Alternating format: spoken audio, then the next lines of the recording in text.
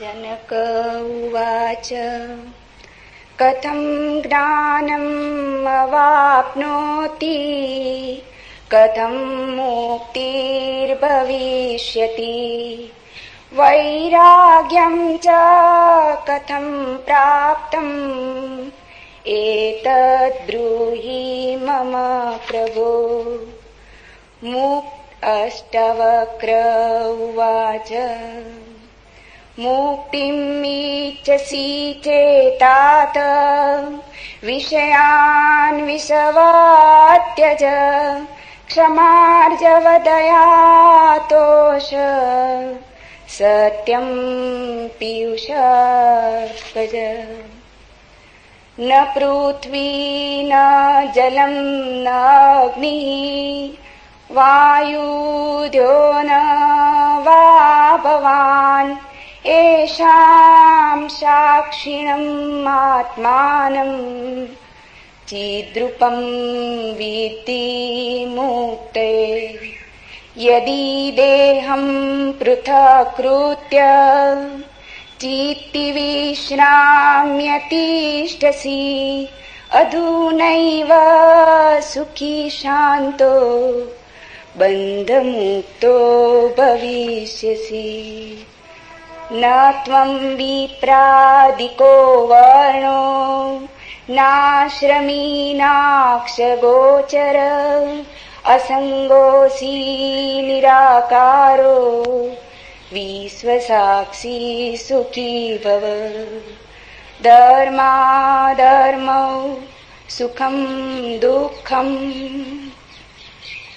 मानसानि न ते विभो न कर्तासि न भोक्तासि मुक्त एवासि सर्वदा।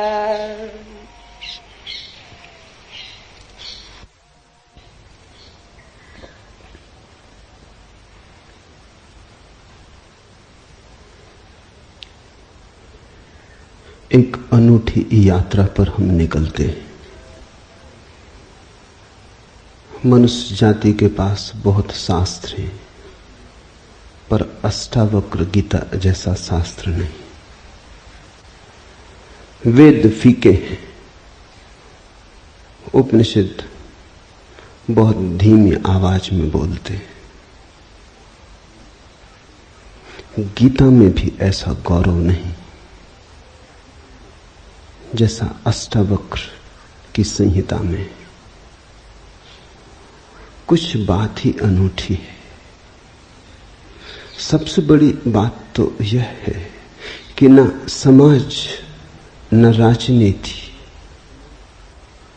न जीवन की किसी और व्यवस्था का कोई प्रभाव अष्टावक्र के वचनों पर है। इतना शुद्ध भावातीत वक्तव्य, समय और काल से अतीत, दूसरा नहीं। शायद इसीलिए अष्टावक्र की गीता, अष्टावक्र की संहिता का बहुत प्रभाव नहीं पड़ा। कृष्ण की गीता का बहुत प्रभाव पड़ा। पहला कारण, कृष्ण की गीता समन्वय है। सत्य की उतनी चिंता नहीं जितनी समन्वय की चिंता है। समन्वय का आग्रह इतना गहरा है कि अगर सत्य थोड़ा खो भी जाए तो कृष्ण राजी है। कृष्ण की गीता खिचड़ी जैसी है, इसलिए सभी को भाती है, क्योंकि सभी का कुछ ना कुछ उसमें मौजूद है। ऐसा कोई संप्रदाय खोजना मुश्किल है जो गीता में अपनी वाणी न खोज ले।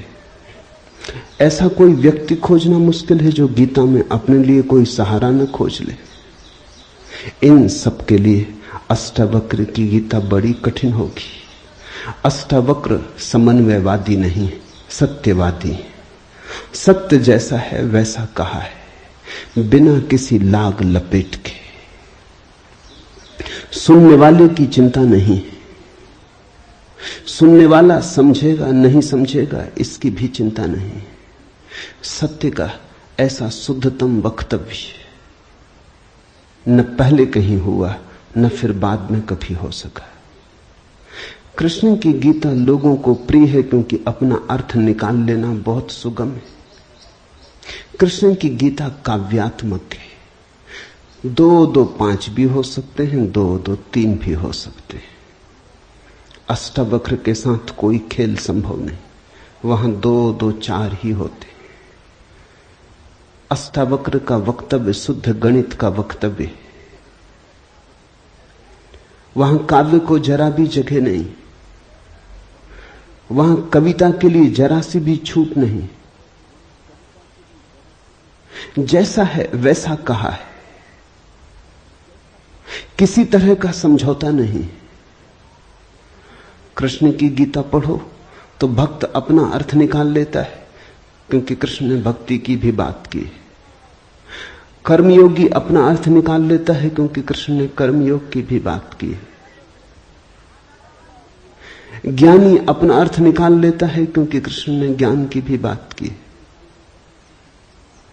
कृष्ण कहीं भक्ति को सर्वश्रेष्ठ कहते हैं, कहीं ज्ञान को सर्वश्रेष्ठ कहते हैं, कहीं कर्म को सर्वश्रेष्ठ कहते हैं। कृष्ण का वक्तव्य बहुत राजनीतिक है। वो राजनेता थे, कुशल राजनेता थे। सिर्फ राजनेता थे इतना ही कहना उचित नहीं, कुटिल राजनीतिज्ञ थे, डिप्लोमेट थे। उनके वक्तव्य में बहुत सी बातों का ध्यान रखा गया, इसलिए सभी को गीता भा जाती है। इसलिए तो गीता पर हजारों टीकाएं हैं, अष्टावक्र पर कोई चिंता नहीं करता। क्योंकि अष्टावक्र के साथ राजी होना हो तो तुम्हें अपने को छोड़ना पड़ेगा। बेशर्त तुम अपने को न ले जा सकोगे, तुम पीछे रहोगे तो ही जा सकोगे। कृष्ण के साथ तुम अपने को ले जा सकते हो।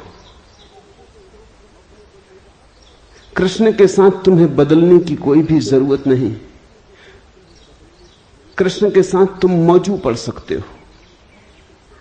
इसलिए सभी सांप्रदायिकों ने कृष्ण की गीता पर टीकाएं लिखी। शंकर ने, रामानुज ने, निम्बारक ने, बल्लभ ने, सबने अपने अर्थ निकाल लिए। कृष्ण ने कुछ ऐसी बात कही है जो बहुअर्थी है, इसलिए मैं कहता हूं काव्यात्मक है। कविता में से मन चाहे अर्थ निकल सकते हैं। कृष्ण का वक्तव्य ऐसा है जैसे वर्षा में बादल गिरते, जो चाहो देख लो। कोई देखता हाथी की सूंड, कोई चाहे गणेश जी को देख ले। किसी को कुछ भी नहीं दिखाई पड़ता, वो कहता कहां की फिजूल बातें कर रहे हो। बादल है, धुआं, इसमें कैसी आकृतियां देख रहे हो। पश्चिम में वैज्ञानिक मन के परीक्षण के लिए स्याही के धब्बे ब्लॉटिंग पेपर पर डाल देते हैं और व्यक्ति को कहते हैं देखो इसमें क्या दिखाई पड़ता है। व्यक्ति गौर से देखता है, उसे कुछ ना कुछ दिखाई पड़ता है। वहां कुछ भी नहीं, सिर्फ ब्लॉटिंग पेपर पर स्याही के धब्बे बेतरतीब फेंके गए, सोच विचार के भी फेंके नहीं गए हैं, ऐसे ही बोतल उड़ेल दी है। लेकिन देखने वाला कुछ ना कुछ खोज लेता है।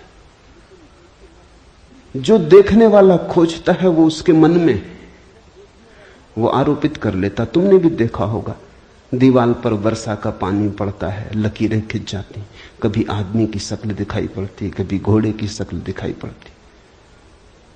तुम जो देखना चाहते हो आरोपित कर लेते हो। रात के अंधेरे में कपड़ा टंगा है, भूत प्रेत दिखाई पड़ जाते।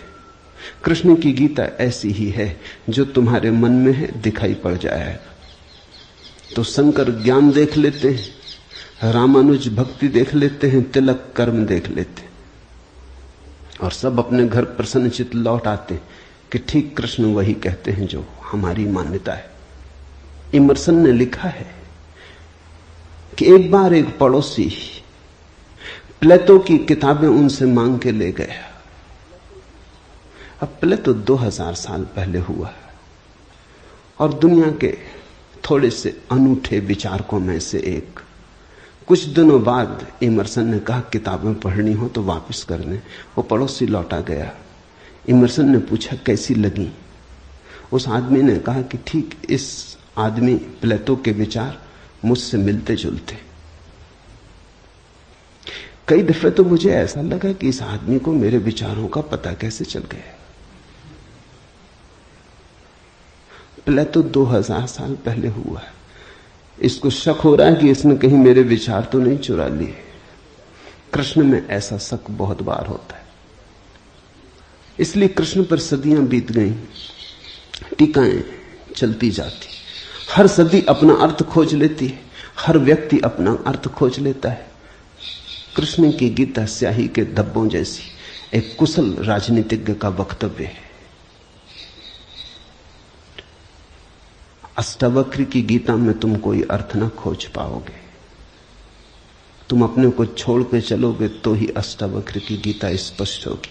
अष्टावक्र का सुस्पष्ट संदेश है, उसमें जरा भी तुम अपनी व्याख्या ना डाल सकोगे। इसलिए लोगों ने टीकाएं नहीं लिखी। टीका लिखने की जगह नहीं है, तोड़ने मड़ोड़ने का उपाय नहीं है, तुम्हारे मन के लिए सुविधा नहीं है कि तुम कुछ डाल दो। अष्टावक्र ने इस तरह से वक्तव्य दिया है कि सदियां बीत गई, उस वक्तव्य में कोई कुछ जोड़ नहीं पाया, घटा नहीं पाया। बहुत कठिन है ऐसा वक्तव्य देना। शब्द के साथ ऐसी कुशलता बड़ी कठिन है। इसलिए मैं कहता हूं एक अनूठी यात्रा तुम शुरू कर रहे हो। अष्टावक्र में राजनीतिज्ञों की कोई उत्सुकता नहीं, न तिलक की, न अरविंद की, न गांधी की, न विनोबा की, किसी की कोई उत्सुकता नहीं, क्योंकि तुम अपना खेल न खेल पाओगे। तिलक को उकसाना है देशभक्ति, उठाना है कर्म का ज्वार। कृष्ण की गीता सहयोगी बन जाती। कृष्ण हर किसी को कंधा देने को तैयार है। कोई भी चला लो गोली उनके कंधे पर रख के, वो राजी। कंधा उनका, पीछे छिपने की तुम्हें सुविधा है, और उनके पीछे से गोली चलाओ तो गोली भी बहुमूल्य मालूम पड़ती। अष्टावक्र किसी को कंधे पे हाथ भी नहीं रखने देते। इसलिए गांधी की कोई उत्सुकता नहीं, तिलक की कोई उत्सुकता नहीं, अरविंद विनोबा को कुछ लेना देना नहीं, क्योंकि तुम कुछ थोप ना सकोगे। राजनीति की सुविधा नहीं है। अष्टावक्र राजनीतिक पुरुष नहीं। ये पहली बात ख्याल में रख लेनी जरूरी है। ऐसा सुस्पष्ट खुले आकाश जैसा वक्तव्य जिसमें बादल है ही नहीं, तुम कोई आकृति देख ना पाओगे। आकृति छोड़ोगे, सब बनोगे निराकार, अरूप के साथ जोड़ोगे संबंध, तो अष्टावक्र समझ में आएंगे। अष्टावक्र समझना चाहो तो ध्यान की गहराई में उतरना होगा। कोई व्याख्या से काम होने वाला नहीं। और ध्यान के लिए भी अष्टावक्र नहीं कहते कि तुम बैठ के राम राम जपो। अष्टावक्र कहते हैं तुम कुछ भी करो वो ध्यान ना होगा।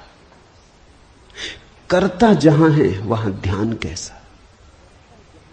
जब तक करना है तब तक भ्रांति है, जब तक करने वाला मौजूद है तब तक अहंकार मौजूद है। अष्टावक्र कहते हैं साक्षी हो जाना है ध्यान। जहां करता छूट जाता तुम सिर्फ देखने वाले रह जाते। दृष्टा मात्र, दृष्टा मात्र हो जाने में ही दर्शन है, दृष्टा मात्र हो जाने में ही ध्यान है, दृष्टा मात्र हो जाने में ही ज्ञान है। इसके पहले कि हम सूत्र में उतरे, अष्टावक्र के संबंध में कुछ बातें समझ लेनी जरूरी है। ज्यादा पता नहीं, क्योंकि न तो वे सामाजिक पुरुष थे न राजनीतिक, तो इतिहास में कोई उल्लेख नहीं है। बस थोड़ी सी घटनाएं ज्ञात हैं, वो भी बड़ी अजीब, भरोसा करने योग्य नहीं, लेकिन समझोगे तो बड़े गहरे अर्थ खुलेंगे। पहली घटना अष्टावक्र पैदा हुए उसके पहले की, पीछे का तो कुछ पता नहीं। गर्भ की घटना। पिता बड़े पंडित, अष्टावक्र मां के गर्भ में, पिता रोज वेद का पाठ करते और अष्टावक्र गर्भ में सुनते। एक दिन अचानक गर्भ से आवाज आती कि रुको भी, ये सब बकवास है। ज्ञान इसमें कुछ भी नहीं, बस शब्दों का संग्रह। शास्त्र में ज्ञान कहां? ज्ञान स्वयं में। शब्द में सत्य कहां? सत्य स्वयं में।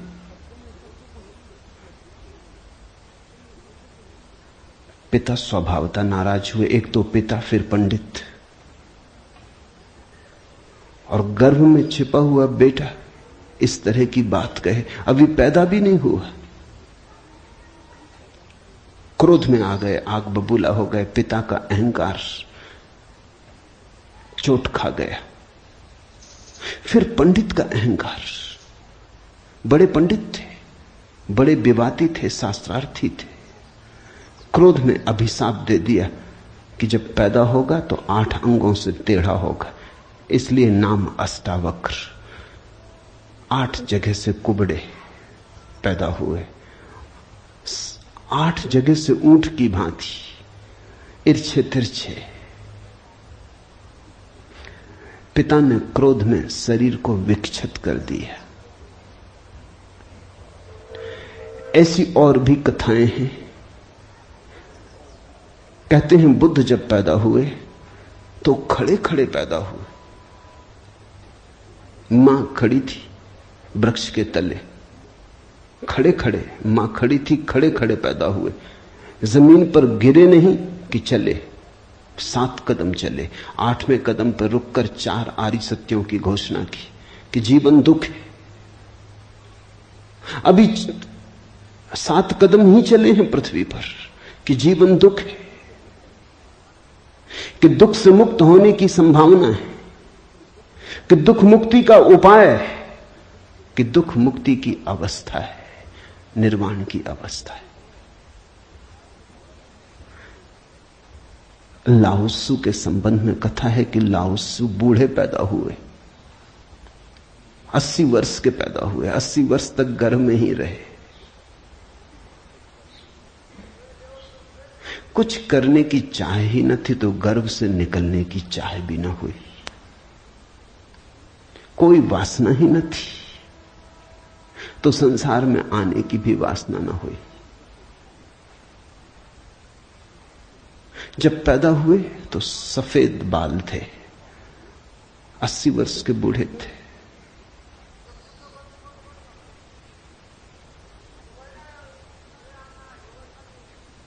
जरथुस्त्र के संबंध में कथा है कि जब जरथुस्त्र पैदा हुए तो पैदा होते से ही खिलखिला के हंसे, मगर इन सबको मात कर दिया अष्टावक्र ने। ये तो पैदा होने की बात है। अष्टावक्र ने अपना पूरा वक्तव्य दे दिया पैदा होने के पहले। ये कथाएं महत्वपूर्ण हैं।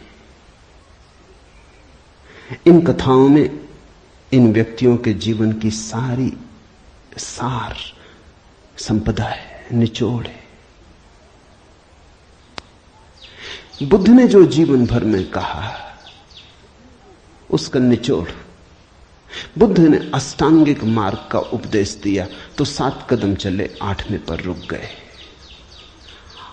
8 अंग हैं कुल। पहुंचने की अंतिम अवस्था है सम्यक समाधि। उस समाधि की अवस्था में ही पता चलता है जीवन के पूरे सत्य का। वो 4 आर्य सत्यों की घोषणा करती। लाओत्सु बूढ़ा पैदा हुआ। लोगों को 80 साल लगते हैं, तब भी ऐसी समझ नहीं आ पाती। बूढ़े होकर भी लोग बुद्धिमान कहां हो पाते। बूढ़ा होना और बुद्धिमान होना पर्यायवाची तो नहीं। बाल तो धूप में भी पकाए जा सकते हैं। लाओत्सु की कथा इतना ही कहती है कि अगर जीवन में त्वरा हो तीव्रता हो तो जो 80 साल में घटता है वो एक क्षण में घट सकता है। प्रज्ञा की तीव्रता हो तो एक क्षण में घट सकता है। बुद्धि मलिन हो तो 80 साल में भी कहां घटता है। जरथुस्त्र जन्म के साथ ही हंसे। जरथुस्त्र का धर्म अकेला धर्म है दुनिया में जिसको हंसता हुआ धर्म कह सकते। अति पार्थिव पृथ्वी का धर्म है। इसलिए तो पारसी दूसरे धार्मिकों को धार्मिक नहीं मालूम होते, नाचते गाते प्रसन्न। जरथुस्त्र का धर्म हंसता हुआ धर्म है, जीवन के स्वीकार का धर्म है, निषेध नहीं है, त्याग नहीं है। तुमने कोई पारसी साधु देखा? नंग धड़ंग खड़ा हो जाए, छोड़ दे, धूप में खड़ा हो जाए, धूनी रमा के बैठ जाए? नहीं, पारसी धर्म में जीवन को सताने कष्ट देने की कोई व्यवस्था नहीं। जरथुस्त्र का सारा संदेश यही है कि जब हंसते हुए परमात्मा को पाया जा सकता है तो रोते हुए क्यों पाना। जब नाचते हुए पहुंच सकते हैं उस मंदिर तक तो नाहक कांटे क्यों बोने। जब फूलों के साथ जाना हो सकता है तो ये दुखवाद क्यों। इसलिए ठीक है, प्रतीक ठीक है कि जरथुस्त्र पैदा होते हंसे। इन कथाओं में इतिहास मत खोजना, ऐसा हुआ है ऐसा नहीं है, लेकिन इन कथाओं में एक बड़ा गहरा अर्थ है। तुम्हारे पास एक बीज पड़ा है, जब तुम बीज को देखते हो तो इससे पैदा होने वाले फूल की कोई भी तो खबर नहीं मिलती। ये क्या हो सकता है इसकी भनक भी तो नहीं आती। ये कमल बनेगा, खिलेगा,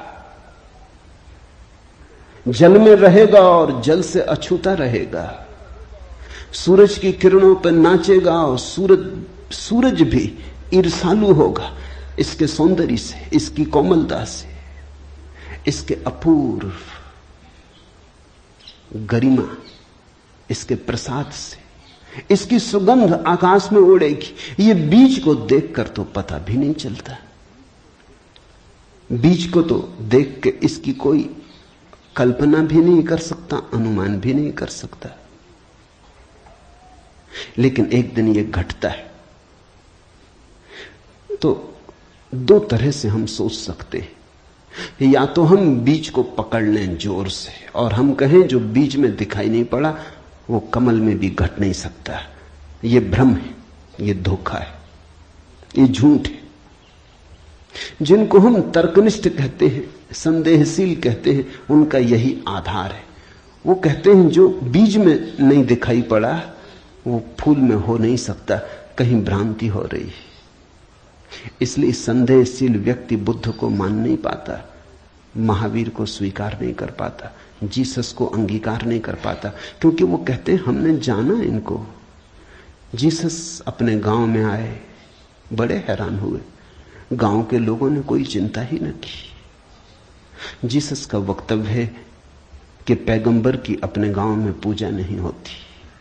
कारण क्या रहा होगा, क्यों नहीं होती गांव में पूजा पैगंबर की?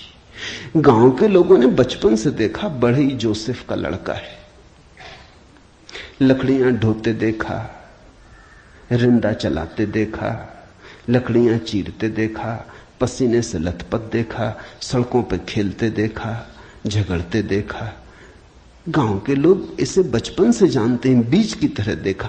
आज अचानक ये हो कैसे सकता है कि परमात्मा का पुत्र हो गए?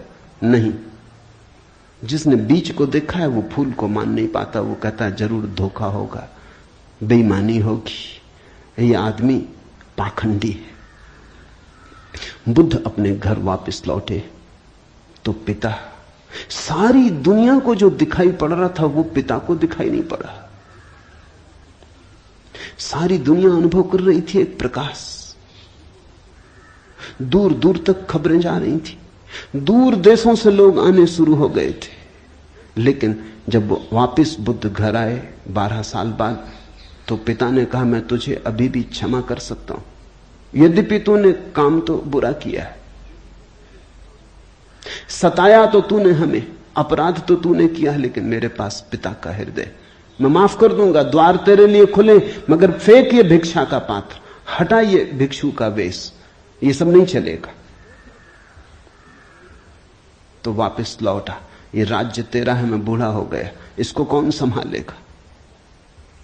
हो गया बचपना बहुत, अब बंद करो ये सब खेल। बुद्ध ने कहा कृपा कर मुझे देखें तो, जो गया था वो वापस नहीं आया है, ये कोई और ही आया है जो आपके घर पैदा हुआ था, वही वापस नहीं आया है, ये कोई और ही आया है, बीज फूल होके आया है। गौर से तो देखो, पिता ने कहा तू मुझे सिखाने चला है। पहले दिन से जब तू पैदा हुआ था तब से तुझे जानता हूं। किसी और को धोखा देना, किसी और को समझा लेना, भ्रम में डाल देना, मुझे तू भ्रम में न डाल पाएगा। मैं फिर कहता हूं, मैं तुझे भली भांति जानता हूं, मुझे कुछ सिखाने को चेष्टा मत कर, क्षमा करने को मैं राजी हूं। बुद्ध ने कहा आप और मुझे जानते हैं, मैं तो स्वयं को भी नहीं जानता था, अभी अभी किरणें उतरी हैं और स्वयं को जानो। क्षमा करे, लेकिन यह मुझे कहना ही पड़ेगा कि जिसको आपने देखा वो मैं नहीं हूं, और जहां तक आपने देखा वो मैं नहीं हूं। बाहर बाहर आपने देखा, भीतर आपने कहां देखा? मैं आपसे पैदा हुआ हूं, लेकिन आपने मुझे निर्मित नहीं किया। मैं आपसे आया हूं जैसे एक रास्ते से कोई राहगीर आता है, लेकिन रास्ता और राहगीर का क्या लेना देना? कल रास्ता कहने लगे कि मैं तुझे पहचानता हूं, तू मेरे ही से तो होकर आया। ऐसे ही आप कह रहे हैं, आपके पहले भी मैं था, जन्मों जन्मों से मेरी यात्रा चल रही, आपसे गुजरा जरूर, ऐसा मैं औरों से भी गुजरा हूं, और भी मेरे पिता थे, और भी मेरी माताएं थी, लेकिन मेरा होना बड़ा अलग थलग है, कठिन है, बहुत अति कठिन है। अगर बीज देखा तो फूल पे भरोसा नहीं आता। एक तो ढंग है अश्रद्धालु का, तर्कवादी का, संदेहशील का, कि वो कहता है बीज को हम पहचानते हैं तो फूल हो नहीं सकता, हम कीचड़ को जानते हैं, उस कीचड़ से कमल हो कैसे सकता है? सब गलत, सपना होगा, भ्रांति होगी, किसी मोहजाल में पड़ गए होगे, किसी ने धोखा दे दिया, कोई जादू, कोई तिलिस्म। एक तो ये रास्ता है, एक रास्ता है श्रद्धालु का, प्रेमी का, भक्त का, सहानुभूति से भरे हृदय का। वो फूल को देखता है और फूल से पीछे की तरफ यात्रा करता है। वो कहता है जब फूल में ऐसा सुगंध हुई, जब फूल में ऐसी विभा प्रकट हुई, जब फूल में ऐसी प्रतिभा, जब फूल में ऐसा कुंवारापन दिखा, तो जरूर बीज में भी रहा होगा, क्योंकि जो फूल में हुआ है वो बीज में न हो तो हो ही नहीं सकता। ये सारी कथाएं घटी हैं ऐसा नहीं। जिन्होंने अष्टावक्र के फूल को देखा उनको ये ख्याल में आया कि जो आज हुआ है वो कल भी रहा होगा, छिपा था, अवगुंठित था, पर्दे में पड़ा था। जो आज है अंत में है वो प्रथम भी रहा होगा, जो मृत्यु के क्षण में दिखाई पड़ रहा है वो जन्म के क्षण में भी मौजूद रहा होगा, अन्यथा पैदा कैसे होता? तो एक तो ढंग है फूल से पीछे की तरफ देखना, और एक है बीज से आगे की तरफ देखना। गौर से देखो तो दोनों में सारसूत्र एक ही है, दोनों की आधार भित्ति एक ही है, लेकिन कितना जमीन आसमान का अंतर हो जाता है। जो बीज वाला है वो भी ये कह रहा है कि जो बीज में नहीं है वो फूल में कैसे हो सकता है, ये उसका तर्क है। फूल वाला भी यही कह रहा है, वो कह रहा है जो फूल में है वो बीज में भी होना ही चाहिए। दोनों का तर्क तो एक है, लेकिन दोनों के देखने के ढंग अलग है। बड़ी अड़चन। मुझसे कोई पूछता था कि आपके साथ बचपन में बहुत लोग पढ़े होंगे, स्कूल में, कॉलेज में, वे दिखाई नहीं पड़ते, वे कैसे दिखाई पड़ सकते? उनको बड़ी अड़चन है, वो भरोसा नहीं कर सकते, अति कठिन है उन्हें। कल ही मेरे पास रायपुर से किसी ने एक अखबार भेजा, श्री हरिशंकर परसाई ने एक लेख मेरे खिलाफ लिखा है। वो मुझे जानते हैं, कॉलेज के दिनों से जानते हैं, हिंदी के मूर्धन्य व्यंग्य लेखक हैं। मेरे मन में उनकी कृतियों का आदर है। लेख में उन्होंने लिखा है कि जबलपुर की हवा में कुछ खराबी है, यहां धोखेबाज और धूर्ती पैदा होते, जैसे रजनीश, महेश योगी, मुंदड़ा, 3 नाम उन्होंने गिनाए। धन्यवाद उनका, कम से कम मेरा नाम नंबर 1 तो गिनाया। इतनी याद तो रखी, एकदम बिसार नहीं दिया, बिल्कुल भूल गए हो ऐसा नहीं। लेकिन अर्जुन स्वाभाविक है, सीधी साफ है, मैं उनकी बात समझ सकता हूं। यह असंभव है बीज को देखा तो फूल में भरोसा। फिर जिन्होंने फूल को देखा उन्हें बीज में भरोसा मुश्किल हो जाता है। तो सभी महापुरुषों की जीवन कथाएं 2 ढंग से लिखी जाती हैं। जो उनके विपरीत हैं वो बचपन से यात्रा शुरू करते हैं, जो उनके पक्ष में है वो अंत से यात्रा शुरू करते हैं और बचपन की तरफ जाते हैं। दोनों एक अर्थ में सही है,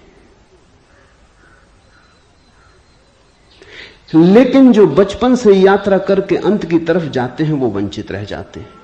उनका सही होना उनके लिए आत्मघाती है। जो अंत से यात्रा करते हैं वो पीछे की तरफ जाते हैं, वो धन्यभागी हैं, क्योंकि बहुत कुछ उन्हें अनायास मिल जाता है जो कि पहले तर्कवादियों को नहीं मिल पाता। अब न केवल मैं गलत मालूम होता हूं, मेरे कारण जबलपुर तक की हवा उनको गलत मालूम होती। कुछ भूल हवा पानी में होनी चाहिए। यदि मैं उनको कहना चाहूंगा जबलपुर को कोई हक नहीं है मेरे संबंध में हवा पानी को अच्छा या खराब तय करने का। जबलपुर से मेरा कोई बहुत नाता नहीं है, थोड़े दिन वहां था, महेश योगी भी थोड़े दिन वहां थे, उनका भी कोई नाता नहीं। हम दोनों का नाता किसी और जगह से है। उस जगह के लोग इतने सोए हैं कि उन्हें अभी खबर ही नहीं है। महेश योगी और मेरा जन्म पास ही पास हुआ, दोनों गाडरवाड़ा के आसपास पैदा हुए। उनका जन्म चिचली में हुआ, मेरा जन्म कुचवाड़े में हुआ। अगर हवा पानी खराब है तो वहां का होगा। इसका दुख गाडरवाड़ा को होना चाहिए, कभी होगा, या सुख। जबलपुर को इसमें बीच में आना नहीं चाहिए। लेकिन मन कैसे तर्क रचता है। अब जो अष्टावक्र की कथा को देखेगा वो सुनते से ही कह देगा गलत, असंभव। ये तो कथा जिन्होंने लिखी है उनको भी पता है कि कहीं कोई गर्व से बोलता है। वो तो केवल इतना कह रहे हैं कि जो आखिर में प्रकट हुआ वो गर्भ में मौजूद रहा होगा। जो वाणी आखिर में खिली वो किसी न किसी गहरे तल पर गर्भ में भी मौजूद रही होगी, अन्यथा खिलती कहां से, आती कहां से? सुनने से थोड़ी कुछ आता है, हर चीज के पीछे कारण है। नहीं देख पाए हो हम, लेकिन था तो मौजूद। ये सारी कथाएं इसी का सूचक देती हैं। अष्टावक्र के संबंध में दूसरी बात जो ज्ञात है वो है जब वे 12 वर्ष के थे। बस 2 ही बातें ज्ञात हैं। तीसरी उनकी अष्टावक्र गीता है, या कुछ लोग कहते हैं अष्टावक्र संहिता। जब वे 12 वर्ष के थे तो एक बड़ा विशाल शास्त्रार्थ जनक ने रचा। जनक सम्राट थे और उन्होंने सारे देश के पंडितों को निमंत्रण दिया और उन्होंने 1000 गायें राजमहल के द्वार पर खड़ी कर दी और उन्होंने गायों के सींगों पर सोना मढ़ दिया और हीरे जवाहरात लटका दिए और कहा जो भी विजेता होगा वो इन गांवों को हाँक के ले जाए। बड़ा विवाद हुआ। अष्टावक्र के पिता भी उस विवाद में गए। खबर आई सांझ होते होते कि पिता हार रहे हैं। सबसे तो जीत चुके थे, वंदन नाम के एक पंडित से हारे जा रहे हैं। ये खबर सुन के अष्टावक्र भी राजमहल पहुंच गया। सभा सजी थी। विवाद अपनी आखिरी चरम अवस्था में था। निर्णायक घड़ी करीब आती थी। पिता के हारने की स्थिति बिल्कुल पूरी तय हो चुकी थी। अब हारे तब हारे की अवस्था थी। अष्टावक्र दरबार में भीतर चला गया। पंडितों ने उसे देखा। महापंडित इकट्ठे थे। उसका 8 अंगों से टेढ़ा मेढ़ा शरीर, वो चलता तो भी देख के लोगों को हंसी आती। उसका चलना भी बड़ा हास्यास्पद था। सारी सभा हंसने लगी। अष्टावक्र भी खिल के हंसा। जनक ने पूछा, और सब हंसते हैं वो तो मैं समझ गया क्यों हंसते, लेकिन बेटे तू क्यों हंसा? अष्टावक्र ने कहा, मैं इसलिए हंस रहा हूं कि इन चम्हारों की सभा में सत्य का निर्णय हो रहा है। बड़ा आदमी अनूठा रहा होगा। ये चम्हार यहां क्या कर रहे हैं? सन्नाटा छा गया। चम्हार? सम्राट ने पूछा, तेरा मतलब? उसने कहा, सीधी सी बात है, इनको चमड़ी ही दिखाई पड़ती, मैं नहीं दिखाई पड़ता। मुझसे सीधा साधा आदमी खोजना मुश्किल है, वो तो इनको दिखाई ही नहीं पड़ता। इनको आड़ा टेढ़ा शरीर दिखाई पड़ता है। ये चम्हार है, ये चमड़ी के पारखी। राजन, मंदिर के टेढ़े होने से कहीं आकाश टेढ़ा होता है?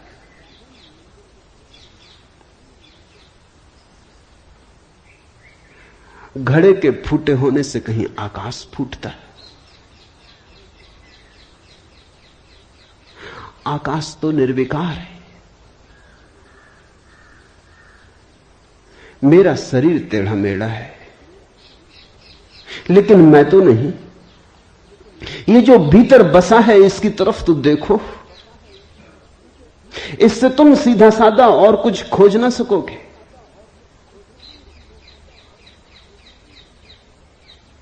ये बड़ी चौंकाने वाली घोषणा थी। सन्नाटा छा गया होगा। जनक प्रभावित हुआ, झटका खाया। निश्चित ही कहां चम्हारों की भीड़ इकट्ठी करके बैठा है। खुद पे भी पश्चाताप हुआ, अपराध लगा कि मैं भी हंसा। उस दिन तो कुछ न कहते बना, लेकिन दूसरे दिन सुबह जब सम्राट घूमने निकला था तो राह पर अष्टावक्र दिखाई पड़ा। उतरा, घोड़े से पैरों में गिर पड़ा। सबके सामने तो हिम्मत न जुटा पाया। एक दिन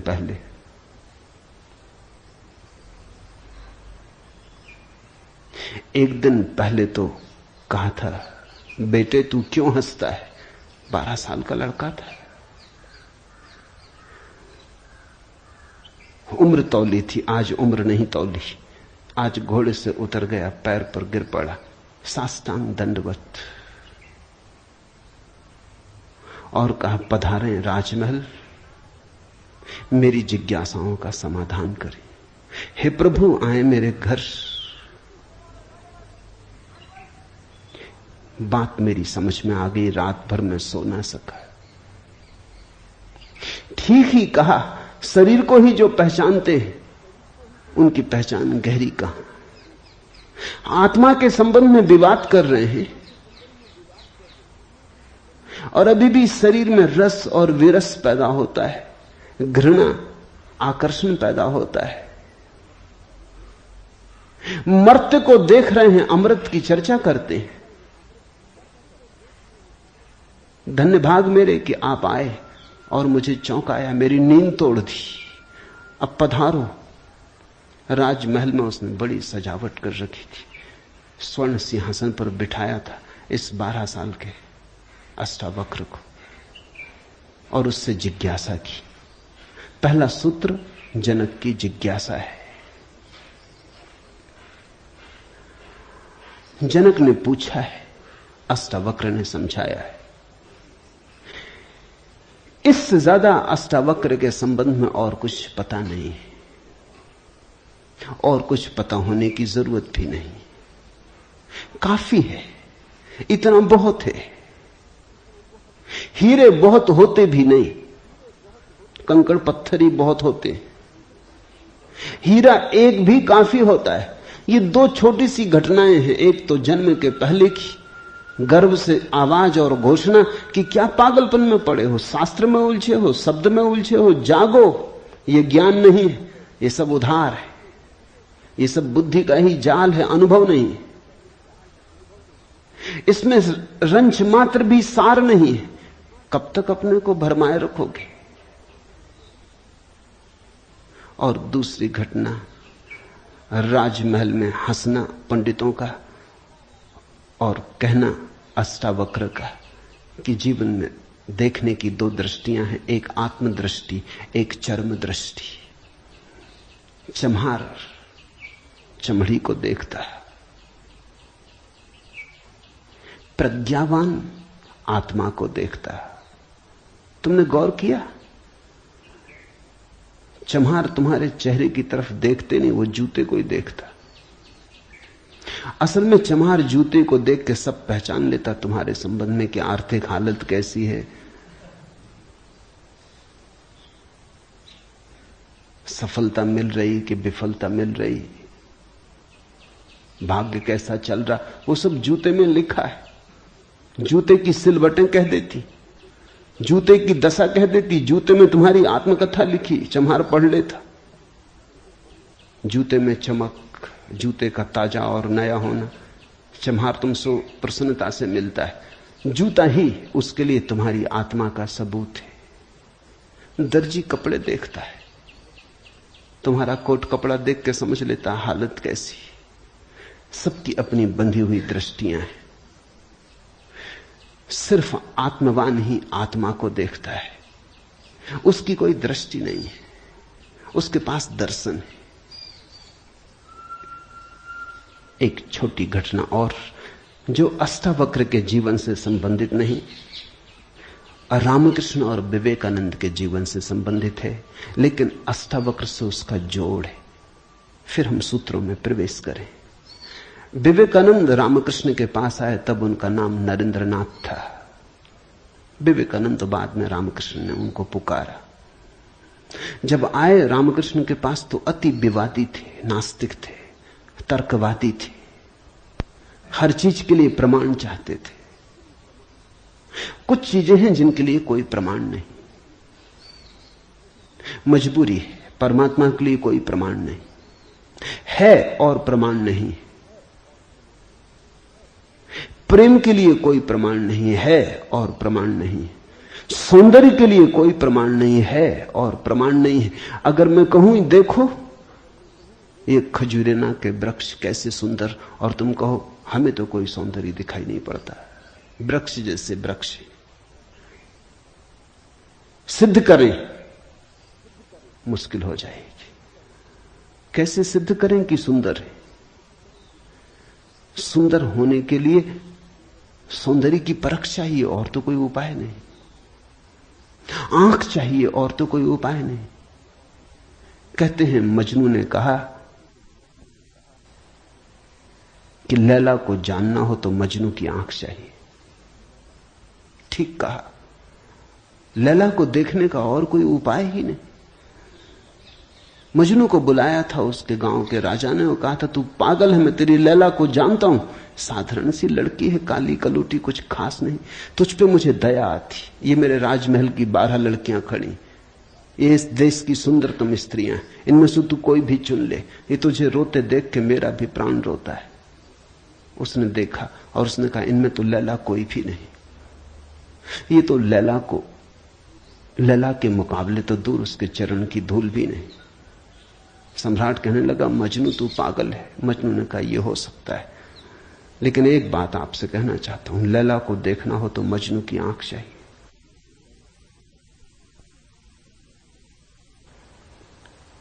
ठीक कहा मजनू ने। अगर वृक्षों के सौंदर्य को देखना हो तो कला की आंख चाहिए और कोई प्रमाण नहीं। अगर किसी के प्रेम को पहचानना हो तो प्रेमी का हृदय चाहिए और कोई प्रमाण नहीं। और परमात्मा तो इस जगत के सारे सौंदर्य और सारे प्रेम और सारे सत्य का इकट्ठा नाम है। उसके लिए तो ऐसा निर्विकार चित्त चाहिए, ऐसा साक्षी भाव चाहिए जहां कोई शब्द न रह जाए, कोई विचार न रह जाए, कोई तरंग ना उठे, वहां कोई धूल न रह जाए, मन की और चित्त का दर्पण परिपूर्ण शुद्ध हो। प्रमाण कहां? रामकृष्ण से विवेकानंद ने कहा प्रमाण चाहिए। है परमात्मा तो प्रमाण थे। और विवेकानंद को देखा रामकृष्ण ने। बड़ी थी संभावना इस युवक की, बड़ी थी यात्रा इसके भविष्य की, बहुत कुछ होने को पड़ा था इसके भीतर, बड़ा खजाना था, उससे ये अपरिचित है। रामकृष्ण ने देखा, इस युवक के पिछले जन्मों में झांका। ये बड़ी संपदा, बड़े पुण्य की संपदा लेकर आ रहा है। ये ऐसे ही तर्क में दबा न रह जाए। कराह उठा होगा पीड़ा और करुणा से रामकृष्ण का हृदय। उन्होंने कहा छोड़, प्रमाण वगैरह बाद में सोच लेंगे। मैं जरा बूढ़ा हुआ, मुझे पढ़ने में अड़चन होती, तू अभी जवान, तेरी आंख अभी तेज, ये किताब पढ़ी, इसे तू पढ़। वो थी अष्टावक्र गीता, जरा मुझे सुना दे। कहते हैं विवेकानंद को इसमें तो कुछ अड़चन न मालूम पड़ी। यह आदमी कुछ ऐसी तो कोई खास बात नहीं मांग रहा है। 2-4 सूत्र पढ़े और एक घबराहट और रोआ रोआ कपने लगा। और विवेकानंद ने कहा मुझसे नहीं पढ़ा जाता। रामकृष्ण ने कहा पढ़ भी, इसमें हर्ज क्या है, तेरा क्या बिगाड़ लेगी ये किताब, तू जवान है अभी, तेरी आंख अभी ताजी, और मैं बूढ़ा हुआ, मुझे पढ़ने में दिक्कत होती, और ये किताब मुझे पढ़नी तो तू पढ़ के सुना दे। कहते हैं उस किताब को सुनाते सुनाते ही विवेकानंद डूब गए। रामकृष्ण ने देखा इस व्यक्ति के भीतर बड़ी संभावना है, बड़ी शुद्ध संभावना है, जैसी एक बोधिसत्व की होती, जो कभी न कभी बुद्ध होना जिसका निर्णीत है। आज नहीं कल भटके कितना ही, बुद्धत्व जिसके पास चला आ रहा है। क्यों अष्टावक्र की गीता रामकृष्ण ने कही कि तू पढ़ के मुझे सुना दे? क्योंकि इससे ज्यादा शुद्धतम वक्तव्य और कोई नहीं। ये शब्द भी अगर तुम्हारे भीतर पहुंच जाएं तो तुम्हारी सोई हुई आत्मा को जगाने लगेंगे। ये शब्द तुम्हें तरंगायित करेंगे, ये शब्द तुम्हें आह्लादित करेंगे, ये शब्द तुम्हें झकझोरेंगे। इन शब्दों के साथ क्रांति घटित हो सकती। अष्टावक्र की गीता को मैंने यूं ही नहीं चुना है, और जल्दी नहीं चुना, बहुत देर करके चुना है, सोच विचार के। दिन थे जब मैं कृष्ण की गीता पर बोला, क्योंकि भीड़ भाड़ मेरे पास थी। भीड़ भाड़ के लिए अष्टावक्र गीता का कोई अर्थ न था। बड़ी चेष्टा करके भीड़ भाड़ से छुटकारा पाया है। अब तो थोड़े से विवेकानंद यहां हैं, अब तो उनसे बात करनी है जिनकी बड़ी संभावना है। उन थोड़े से लोगों के साथ मेहनत करनी है जिनके साथ मेहनत का परिणाम हो सकता है। अब हीरे तराशने, कंकड़ पत्थरों पर यह छेनी खराब नहीं करनी, इसलिए चुनी है अष्टावक्र की गीता। तुम तैयार हुए हो इसलिए चुनी। पहला सूत्र, जनक ने कहा, हे प्रभु, पुरुष ज्ञान को कैसे प्राप्त होता है, और मुक्ति कैसे होगी, और वैराग्य कैसे प्राप्त होगा, यह मुझे कहिए। एतत् मम ब्रूहि प्रभो, मुझे समझाएं प्रभु। 12 साल के लड़के से सम्राट जनक का कहना, हे प्रभु, भगवान मुझे समझाएं। एतत् मम ब्रूहि, मुझे ना समझ को कुछ समझ दें, मुझे अज्ञानी को जगाएं। 3 प्रश्न पूछे हैं। कथम ज्ञानम, कैसे होगा ज्ञान? साधारणता तो हम सोचेंगे कि यह भी कोई पूछने की बात है, किताबों में भरा पड़ा है। जनक भी जानता था किताबों में भरा पड़ा है वो ज्ञान नहीं, वो केवल ज्ञान की धूल है, राख है। ज्ञान की ज्योति जब जलती है तो पीछे राख छूट जाती, राख इकट्ठी होती चली जाती, शास्त्र बन जाती। वेद राख है। कभी जलते हुए अंगारे थे, ऋषियों ने उन्हें अपनी आत्मा में जलाया था, फिर राख रह गए। फिर राख संयोजित की जाती, संग्रहित की जाती, सुव्यवस्थित की जाती। जैसे जब आदमी मर जाता है तो हम उसकी राख इकट्ठी कर लेते हैं, उसको फूल कहते हैं। बड़े मजेदार लोग हैं जिंदगी में जिसको फूल नहीं कहा। उसकी हड्डी वड्डियां इकट्ठी कर लाते हैं, कहते फूल संजोला है, फिर संभाल कर रखते हैं, मंजूसा बनाते हैं। जिसको जिंदगी में कभी फूल का आदर नहीं दिया, जिसको जिंदगी में कभी फूल की तरह देखा नहीं, जब मर जाता है आदमी पागल है, तब उसकी हड्डी को, राख को फूल कहते। ऐसे ही जब कोई बुद्ध जीवित होता है तब तुम सुनते नहीं। जब कोई महावीर तुम्हारे बीच से गुजरता है तब तुम नाराज होते हो। लगता है यह आदमी तुम्हारे सपने तोड़ रहा है या तुम्हारी नींद में दखल डाल रहा है। ये कोई जगाने का वक्त है? अभी अभी तो सपना आना शुरू हुआ था, अभी अभी तो जरा जीतना शुरू किया था जिंदगी में, अभी अभी तो दांव ठीक लगने लगे थे, तीर ठीक ठीक जगह पड़ने लगा था, और ये सज्जन आ गए, ये कहते हैं सब आसार है। अभी अभी तो चुनाव जीते थे, पद पे पहुंचने का रास्ता बना था, और ये महापुरुष आ गए, ये कहते हैं ये सब सपना है, इसमें कुछ सार नहीं, मौत आएगी सब छीन लेगी। और छोड़ो भी, जब मौत आएगी तब देखेंगे, बीच में तो इस तरह की बातें मत उठाओ। लेकिन जब महावीर मर जाते, बुद्ध मर जाते, तब उनकी राख को हम इकट्ठी कर लेते हैं, फिर हम धम्म पद बनाते, वेद बनाते, फिर हम पूजा के फूल चढ़ाते। जनक भी जानता था कि शास्त्रों में सूचनाएं भरी पड़ी, लेकिन उसने पूछा कथम ज्ञानम, कैसे होगा ज्ञान? क्योंकि कितना ही जान लो ज्ञान तो होता ही नहीं। जानते जाओ, शास्त्र कंठस्थ कर लो, तोते बन जाओ, एक एक सूत्र याद हो जाए, पूरे वेद स्मृति में छप जाएं, फिर भी ज्ञान तो होता नहीं। कथम ज्ञानम, कैसे होता ज्ञान? कथम मुक्ति, मुक्ति कैसे होगी? क्योंकि जिसको तुम ज्ञान कहते हो वो तो बांध लेता उल्टे, मुक्त कहां करता। ज्ञान तो वही है जो मुक्त करे। जीसस ने कहा है सत्य वही है जो मुक्त करे, ज्ञान तो वही है जो मुक्त करे। ये ज्ञान की कसौटी है। पंडित मुक्त तो दिखाई नहीं पड़ता, बंधा दिखाई पड़ता है, मुक्ति की बातें करता है, मुक्त दिखाई नहीं पड़ता है, हजार बंधनों में बंधा हुआ मालूम पड़ता है।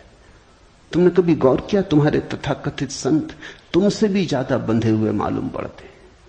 तुम शायद थोड़े बहुत मुक्त भी हो, तुम्हारे संत तुमसे भी ज्यादा बंधे, लकीर के फकीर हैं।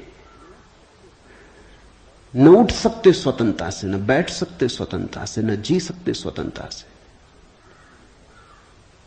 कुछ दिनों पहले कुछ जैन साध्वियों की मेरे पास खबर आई कि वो मिलना चाहती, मगर श्रावक आने नहीं देते। ये भी बड़े मजे की बात हुई। साधु का अर्थ होता है जिसने फिक्र छोड़ी समाज की, जो चल पड़ा अरण्य की यात्रा पर, जिसने कहा अब न तुम्हारे आदर की मुझे जरूरत है, न सम्मान की। लेकिन साधु साध्वी कहते हैं श्रावक आने नहीं देते। वो कहते हैं वहां भूल के मत जाना, वहां गए तो ये दरवाजा बंद। ये कोई साधुता हुई? ये तो परतंत्रता हुई, गुलामी हुई। ये तो बड़ी उल्टी बात हुई। ये तो ऐसा हुआ कि साधु श्रावक को बदले, उसकी जगह श्रावक साधु को बदल रहा है।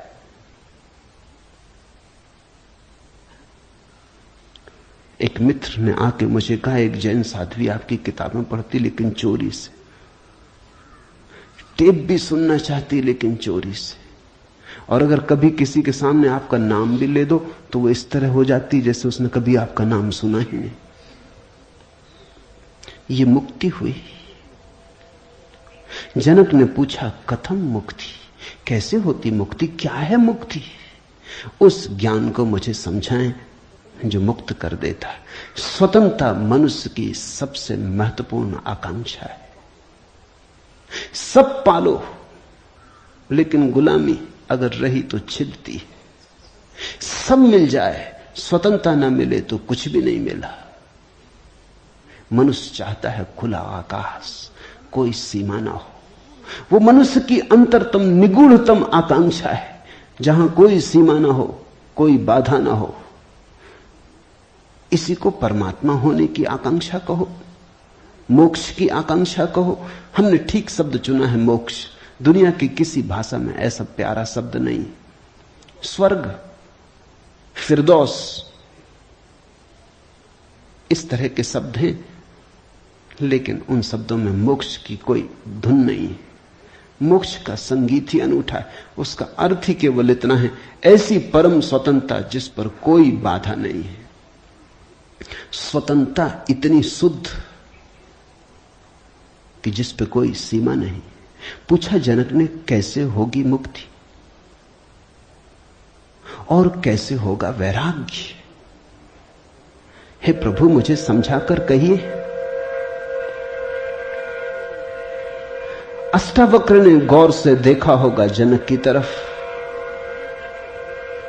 क्योंकि गुरु के लिए वही पहला काम है कि जब कोई जिज्ञासा करे तो वो गौर से देखे जिज्ञासा किस स्रोत से आती,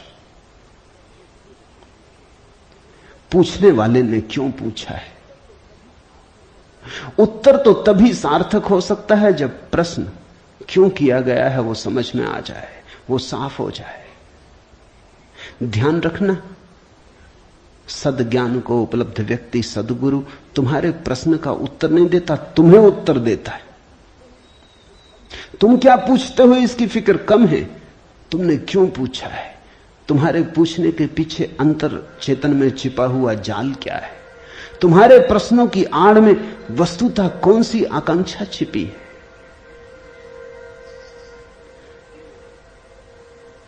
दुनिया में 4 तरह के लोग हैं, ज्ञानी, मुमुक्षु, अज्ञानी, मूढ़। और दुनिया में 4 ही तरह की जिज्ञासाएं होती। ज्ञानी की जिज्ञासा तो निशब्द होती। कहना चाहिए ज्ञानी की जिज्ञासा तो जिज्ञासा होती ही नहीं। जान लिया, जानने को कुछ बचा नहीं, पहुंच गए, चित्त निर्मल हुआ, शांत हुआ, घर लौट आए, विश्राम में आ गए। तो ज्ञानी की जिज्ञासा तो जिज्ञासा जैसी होती ही नहीं। इसका यह अर्थ नहीं कि ज्ञानी सीखने को तैयार नहीं होता। ज्ञानी तो सरल छोटे बच्चे की भांति हो जाता है, सदा तत्पर सीखने को। जितना ज्यादा तुम सीख लेते हो उतनी ही सीखने की तत्परता बढ़ जाती। जितने तुम सरल और निष्कपट होते चले जाते हो उतने ही सीखने के लिए तुम खुल जाते हो। आए हवाएं तुम्हारे द्वार खुले पाती, आए सूरज तुम्हारे द्वार पर दस्तक नहीं देनी पड़ती, आए परमात्मा तुम्हें सदा तत्पर पाता है। ज्ञानी ज्ञान को संग्रहित नहीं करता, ज्ञानी सिर्फ ज्ञान की क्षमता को उपलब्ध होता है। इस बात को ठीक से समझ लेना, क्योंकि पीछे ये काम पड़ेगी। ज्ञानी का केवल इतना ही अर्थ है कि जो जानने के लिए बिल्कुल खुला है, जिसका कोई पक्षपात नहीं, जानने के लिए जिसके पास कोई पर्दा नहीं, जिसके पास जानने के लिए कोई पूर्व नियोजित योजना ढांचा नहीं। ज्ञानी का अर्थ है ध्यानी, जो ध्यानपूर्ण है। तो देखा होगा अष्टावक्र ने गौर से जनक में झांक के, ये व्यक्ति ज्ञानी तो नहीं है, ये ध्यान को तो उपलब्ध नहीं हुआ है, अन्यथा इसकी जिज्ञासा मौन होती, उसमें शब्द ना होते। बुद्ध के जीवन में उल्लेख है, एक फकीर मिलने आया, एक साधु मिलने आया, एक परिव्राजक घुमक्कड़। उसने आके बुद्ध से कहा, पूछने योग्य शब्द मेरे पास नहीं, क्या पूछना चाहता हूं उसे शब्दों में बांधने की मेरे पास कोई कुशलता नहीं। आप तो जानते ही हैं, समझ लें, जो मेरे योग को कहते हैं, ये ज्ञानी की जिज्ञासा है। बुद्ध चुप बैठे रहे, उन्होंने कुछ भी ना कहा। घड़ी भर बाद जैसे कुछ घटा, वो जो आदमी चुपचाप बैठा बुद्ध की तरफ देखता रहा था, उसकी आंख से आंसुओं की धार लग गई, चरणों में झुका, नमस्कार किया और कहा, धन्यवाद, खूब धन्यभागी हूं, जो लेने आया था आपने दिया। उठ के चला भी गया। उसके चेहरे पे अपूर्व आभा थी, वो नाचता हुआ गया। बुद्ध के आसपास के शिष्य बड़े हैरान हुए। आनंद ने पूछा, बनते भगवान, पहेली हो गई। पहले तो याद नहीं कहता है कि मुझे पता नहीं कैसे पूछूं, पता नहीं किन शब्दों में पूछूं, ये भी पता नहीं क्या पूछने आया हूं। फिर आप तो जानते ही हैं सब, देख लें, मुझे जो मेरे लिए जरूरी हो कह दें। पहले तो ये आदमी ही जरा पहेली था, ये कोई ढंग हुआ पूछने का। और जब तुम्हें यही पता नहीं कि क्या पूछना, तो पूछना ही क्यों? पूछना क्या? खूब रही। फिर यही बात खत्म ना हुई, आप चुप बैठे सो चुप बैठे रह गए। आपको ऐसा कभी मौन देखा नहीं? कोई पूछता तो आप उत्तर देते। कभी कभी तो ऐसा होता कोई नहीं भी पूछता तो भी आप उत्तर देते। आपकी करुणा सदा बहती रहती। क्या हुआ अचानक कि आप चुप रह गए और आंख बंद हो गई? और फिर क्या रहस्यमय घटा कि वो आदमी रूपांतरित होने लगा। हमने उसे बदलते देखा, हमने उसे किसी और ही रंग में डूबते देखा, उसमें मस्ती आते देखी। वो नाचता हुआ गया है, आंसुओं से भरा हुआ, गदगद आह्लादित, वो चरणों में झुका। उसकी सुगंध हमें भी छुई। ये हुआ क्या? आप कुछ बोले नहीं, उसने सुना कैसे? और हम तो इतने दिनों से, वर्षों से आपके पास हैं। हम पर आपकी कृपा कम है क्या? ये प्रसाद जो उसे दिया हमें क्यों नहीं मिलता? लेकिन ध्यान रहे, उतना ही मिलता है जितना तुम ले सकते हो। बुद्ध ने कहा, सुनो, घोड़े, आनंद से घोड़े की बात की क्योंकि आनंद छत्री था, बुद्ध का चचेरा भाई था और बचपन से ही घोड़े का बड़ा शौक था। उसे घुड़सवार था, प्रसिद्ध घुड़सवार था, प्रतियोगी था बड़ा। उसने कहा, सुन आनंद, बुद्ध ने कहा, घोड़े 4 प्रकार के होते। एक तो मारो भी तो भी टस से मस नहीं होते, रद्दी से रद्दी घोड़े, जितना मारो उतना ही हठयोगी हो जाते हैं, बिल्कुल हट बांध के खड़े हो जाते। तुम मारो तो वो जिद बना लेते हैं कि देखें कौन जीतता। फिर दूसरे तरह के घोड़े होते हैं, मारो तो चलते हैं, न मारो तो नहीं चलते, कम से कम पहले से बेहतर। फिर तीसरे तरह के घोड़े होते हैं, कोड़ा फटकारो, मारना काफी जरूरी नहीं, सिर्फ कोड़ा फटकारो, आवाज काफी। और भी कुलीन होते, दूसरे से भी बेहतर। फिर आनंद, तुझे जरूर पता होगा, ऐसे भी घोड़े होते हैं कि कोड़े की छाया देख के भागते हैं, फटकारना भी नहीं पड़ता। ये ऐसा ही घोड़ा था, छाया काफी। अष्टावक्र ने देखा होगा गौर से। जब तुम आके मुझसे कुछ पूछते हो तो तुम्हारे प्रश्न से ज्यादा महत्वपूर्ण सवाल तुम हो। कभी कभी तुम्हें भी ऐसा लगता होगा कि तुमने जो नहीं पूछा था वो मैंने उत्तर दिया है, और कभी कभी तुम्हें ऐसा भी लगता होगा कि शायद मैं टाल गया तुम्हारे प्रश्न को, बचाव कर गया, कुछ और उत्तर दे गया हूं। लेकिन सदा तुम्हारी भीतरी जरूरत ज्यादा महत्वपूर्ण। तुम क्या पूछते हो ये उतना महत्वपूर्ण नहीं, क्योंकि तुम्हें खुद ही ठीक पता नहीं तुम क्या पूछते हो, क्यों पूछते हो। उत्तर वही दिया जाता है जिसकी तुम्हें जरूरत है। तुम्हारे पूछने से कुछ तय नहीं होता। देखा होगा अष्टावक्र ने ज्ञानी तो नहीं है जनक, अज्ञानी है फिर क्या? अज्ञानी भी नहीं है, क्योंकि अज्ञानी तो अकड़ा से भरा होता है। अज्ञानी तो झुकना जानता ही नहीं। ये तो मुझ 12 साल की उम्र के लड़के के पैरों में झुक गया, साष्टांग दंडवत की। ये अज्ञानी के लिए असंभव है। अज्ञानी तो समझता है कि मैं जानता ही हूं, मुझे कौन समझाएगा। अज्ञानी अगर कभी पूछता भी है तो तुम्हें गलत सिद्ध करने को पूछता है, क्योंकि अज्ञानी तो ये मान के चलता है कि पता तो मुझे है ही, देखें इनको भी पता है या नहीं। अज्ञानी परीक्षा के लिए पूछता है। नहीं, इसकी आंखें जनक की तो बड़ी निर्मल है। मुझ 12 साल के अनजान अपरिचित लड़के को सम्राट होते हुए भी इसने कहा, एतत् मम ब्रूहि प्रभो, हे प्रभु मुझे समझा के कहें। नहीं, ये विनयशील है, अज्ञानी तो नहीं। मूढ़ है क्या फिर? मूढ़ तो पूछते ही नहीं। मूढ़ों को तो पता ही नहीं कि जीवन में कोई समस्या है। मूढ़ और बुद्ध पुरुषों में एक समानता है। बुद्ध पुरुषों के लिए कोई समस्या नहीं रही, मूढ़ों के लिए अभी समस्या उठी ही नहीं। बुद्ध पुरुष समस्या के पार हो गए, मूढ़ अभी समस्या के बाहर है।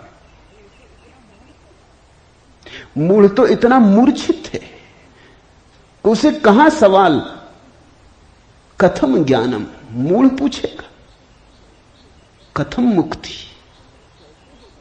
मूढ़ पूछेगा कैसे होगा वैराग्य, मूढ़ पूछेगा असंभव।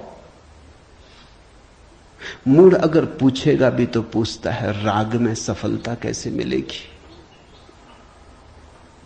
मूढ़ अगर पूछता भी है तो पूछता है संसार में और थोड़े ज्यादा दिन कैसे रहना हो जाए, मुक्ति नहीं। मूढ़ पूछता है बंधन सोने के कैसे बने, बंधन में हीरे जवाहरात कैसे जड़े। मूढ़ पूछता भी है तो ऐसी बातें पूछता है। ज्ञान, मूढ़ तो मानता ही नहीं कि ज्ञान हो सकता है, वो तो संभावना को स्वीकार नहीं करता। वो तो कहता कैसा ज्ञान। मूढ़ तो पशुवत जीता है। नहीं, ये जनक मूढ़ भी नहीं है, मुमुक्षु है। मुमुक्षु शब्द समझना जरूरी है। मोक्ष की आकांक्षा, मुमुक्षा। अभी मोक्ष के पास नहीं पहुंचा, ज्ञानी नहीं है। मोक्ष के प्रति पीठ करके नहीं खड़ा, मूढ़ नहीं है। मोक्ष के संबंध में कोई धारणाएं पकड़ के नहीं बैठा, अज्ञानी भी नहीं है, मुमुक्षु है। मुमुक्षु का अर्थ है सरल है इसकी जिज्ञासा, न मूढ़ता से अपवित्र हो रही है, न अज्ञानपूर्ण धारणाओं से विकृत हो रही है। शुद्ध है इसकी जिज्ञासा, सरल चित्त से पूछा है। अष्टावक्र ने कहा, हे प्रिय, यदि तू मुक्ति को चाहता है तो विषयों को विष के समान छोड़ दे और क्षमा, आर्जव, दया, संतोष और सत्य को अमृत के समान सेवन कर। मुक्ति मिच्छसि चेतात विषयान विस्वत्यज। शब्द विषय बड़ा बहुमूल्य है, वो विष से ही बना है। विष का अर्थ होता है जिसे खाने से आदमी मर जाए। विषय का अर्थ होता है जिसे खाने से हम बार बार मरते, बार बार भोग, बार बार भोजन, बार बार महत्वाकांक्षा, ईर्ष्या, क्रोध, जलन, बार बार इन्हीं को खा खा के तो हम मरे, बार बार इन्हीं के कारण तो मरे। अब तक हमने जीवन में जीवन कहां जाना, मरने को ही जाना है। अब तक हमारा जीवन, जीवन की प्रज्वलित ज्योति कहां, मृत्यु का ही धुआं है। जन्म से लेकर मृत्यु तक हम मरते ही तो हैं, धीरे धीरे, जीते कहां, रोज रोज मरते। जिसको हम जीवन कहते हैं वो एक सतत मरने की प्रक्रिया है। अभी हमें जीवन का तो पता ही नहीं, तो हम जिएंगे कैसे? ये शरीर तो रोज छीन होता चला जाता है, ये बल तो रोज खोता चला जाता है, ये भोग और विषय तो रोज हमें चूसते चले जाते, जरा जीर्ण करते चले जाते। ये विषय और कामनाएं तो छेदों की तरह, इनसे हमारी ऊर्जा और आत्मा रोज बहती चली जाती, आखिर में घड़ा खाली हो जाता, उसको हम मृत्यु कहते। तुमने कभी देखा, अगर छिद्र वाले घड़े को कुएं में डालो तो जब तक घड़ा पानी में डूबा होता है भरा मालूम पड़ता है। उठाओ पानी के ऊपर, खींचो रस्सी, बस खाली होना शुरू हुआ। जोर का शोरगुल होता है, उसी को तुम जीवन कहते हो। जलधारें गिरने लगती, उसी को तुम जीवन कहते हो। और घड़ा जैसे जैसे पास आता है, हाथ के खाली होता चला जाता। जब हाथ में आता है तो खाली घड़ा, जल की एक बूंद भी नहीं। ऐसा ही हमारा जीवन है। बच्चा पैदा नहीं हुआ, भरा मालूम होता है। पैदा हुआ कि खाली होना शुरू हुआ। जन्म का पहला दिन मृत्यु का पहला दिन है, खाली होने लगा। एक दिन मरा, 2 दिन मरा, 3 दिन मरा। जिनको तुम जन्मदिन कहते हो, अच्छा हो मृत्यु दिन कहो तो ज्यादा सत्यतर होगा। 1 साल मर जाते हो, उसको कहते हो चलो एक जन्मदिन आ गया। 50 साल मर गए, कहते हो 50 साल जी लिए, स्वर्ण जयंती मनाए। 50 साल मरे, मौत करीब आ रही, जीवन दूर जा रहा है, घड़ा खाली हो रहा है। जो दूर जा रहा है उसके आधार पर तुम जीवन को सोचते हो, या जो पास आ रहा है उसके आधार पर? यह कैसा उल्टा गणित। हम रोज मर रहे हैं, मौत करीब सरकती आती। अष्टावक्र कहते हैं विषय हैं विषवत, क्योंकि उन्हें खा खा के हम सिर्फ मरते हैं, उनसे कभी जीवन तो मिलता नहीं। यदि तू मुक्ति चाहता है हे तात, हे प्रिय, तो विषयों को विष के समान छोड़ दे और क्षमा, आर्जव, दया, संतोष और सत्य को अमृत के समान सेवन कर। अमृत का अर्थ होता है जिससे जीवन मिले, जिससे अमृतत्व मिले, जिससे उसका पता चले जो फिर कभी नहीं मरेगा। तो क्षमा, क्रोध विष है, क्षमा अमृत है। आर्जव, कुटिलता विष है, सीधा सरलपन आर्जव अमृत है। दया, कठोरता, क्रूरता विष है, दया, करुणा अमृत है। संतोष, असंतोष का कीड़ा खाए चला जाता। असंतोष का कीड़ा हृदय में कैंसर की तरह फैलता चला जाता है, विष को फैलाए चले जाता है। संतोष, जो है उससे तृप्ति, जो नहीं है उसकी आकांक्षा नहीं, जो है वो काफी से ज्यादा है, वो है ही काफी से ज्यादा। आंख खोलो जरा देखो, संतोष कोई थोपना नहीं है ऊपर जीवन को। जरा गौर से देखो, तुम्हें जो मिला है वो तुम्हारी जरूरत से सदा ज्यादा है। तुम्हें जो चाहिए वो मिलता ही रहा है। तुमने जो चाहा है वो सदा मिल गया है। तुमने दुख चाहा है तो दुख मिल गया है, तुमने सुख चाहा है तो सुख मिल गया है। तुमने गलत चाहा तो गलत मिल गया है। तुम्हारी चाह ने तुम्हारे जीवन को रचा है। चाह बीज है, फिर जीवन उसकी फसल है। जन्मों जन्मों में जो तुम चाहते रहे हो वही तुम्हें मिलता रहा है। कई बार तुम सोचते हो हम कुछ और चाह रहे हैं, जब मिलता है तो कुछ और मिलता है। तो तुम्हारे चाहने में भूल नहीं हुई है, सिर्फ तुमने चाहने के लिए गलत शब्द चुन लिया था। जैसे तुम चाहते हो सफलता, मिलती है विफलता, तुम कहते हो विफलता मिल रही, चाही तो सफलता थी। लेकिन जिसने सफलता चाही उसने विफलता को स्वीकार कर ही लिया। वो विफलता से भीतर डर ही गया है। विफलता के कारण ही तो सफलता चाह रहा है, और जब जब सफलता चाहेगा तब तक विफलता का ख्याल आएगा। विफलता का ख्याल भी मजबूत होता चला जाएगा। सफलता तो कभी मिलेगी, लेकिन रास्ते पर यात्रा तो विफलता में ही बीतेगी। विफलता का भाव संघरीभूत होगा, वो इतना संघरीभूत हो जाएगा कि वही एक दिन प्रकट हो जाएगा। तब तुम कहते हो कि हमने तो सफलता चाही थी, लेकिन सफलता के चाहने में तुमने विफलता को चाह लिया। लाओजू ने कहा है सफलता चाहिए विफलता मिलेगी। अगर सचमुच सफलता चाहिए हो, सफलता चाहना ही मत, फिर तुम्हें कोई विफल नहीं कर सकता। तुम कहते हो हमने सम्मान चाहा था, अपमान मिल रहा है। सम्मान चाहता ही वही व्यक्ति है जिसका अपने प्रति कोई सम्मान नहीं, वही तो दूसरों से सम्मान चाहता है। अपने प्रति जिसका अपमान है वही तो दूसरों से अपने अपमान को भर लेना चाहता है, ढांक लेना चाहता है। सम्मान की आकांक्षा इस बात की खबर है कि तुम अपने भीतर अपमानित अनुभव कर रहे हो। तुम्हें अनुभव हो रहा है कि मैं कुछ भी नहीं हूं, दूसरे मुझे कुछ बना दे, सिंहासन पे बिठा दे, फताकाएं फहरा दे, झंडे उठा ले मेरे नाम के, दूसरे कुछ कर दे। तुम भिखमंगे हो। तुमने अपना अपमान तो खुद कर लिया जब तुमने सम्मान चाहा, और यह अपमान गहन होता जाएगा।